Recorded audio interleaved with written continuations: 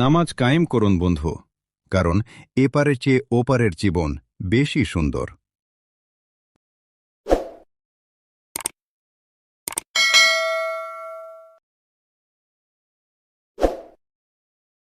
কেন বিশ্বকাপের প্রাথমিক দলে ডাক পেলেন না দিবালা?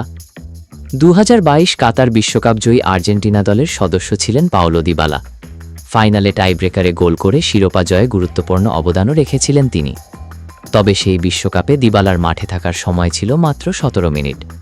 এরপরও বিশ্বকাপ জয়ী দলের অংশ হওয়াটাই ছিল তার বড় অর্জন। কিন্তু 2026 বিশ্বকাপের পথে সেই সুযোগটুকুও আর মিলছে না দিবালার। আর্জেন্টিনার ঘোষিত 55 সদস্যের প্রাথমিক দলেই জায়গা হয়নি এই তারকার। বিষয়টি ভক্তদের হতাশ করলেও একেবারে অপ্রত্যাশিত নয়।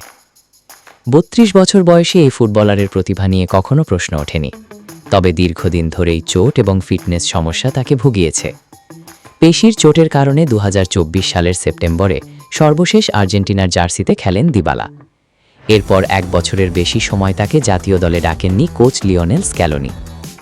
সম্প্রতি চোট কাটিয়ে রোমায় ফিরেছেন দিবালা এবং পুরো 90 মিনিটও খেলেছেন। তবে সেটি স্ক্যালোনির আস্থা ফেরানোর জন্য যথেষ্ট হয়নি।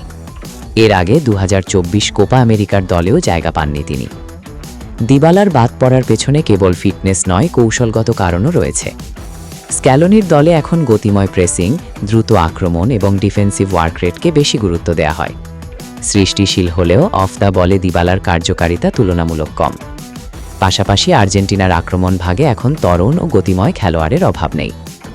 2015 সালে জাতীয় দলে অভিষেকের পর এখন পর্যন্ত আর্জেন্টিনার হয়ে 40 ম্যাচে মাত্র 4 গোল করেছেন দিবালা। তাই অনেকের মনেই এখন প্রশ্ন, আর্জেন্টিনার জার্সিতে তার অধ্যায় কি তবে শেষ হয়েই গেল?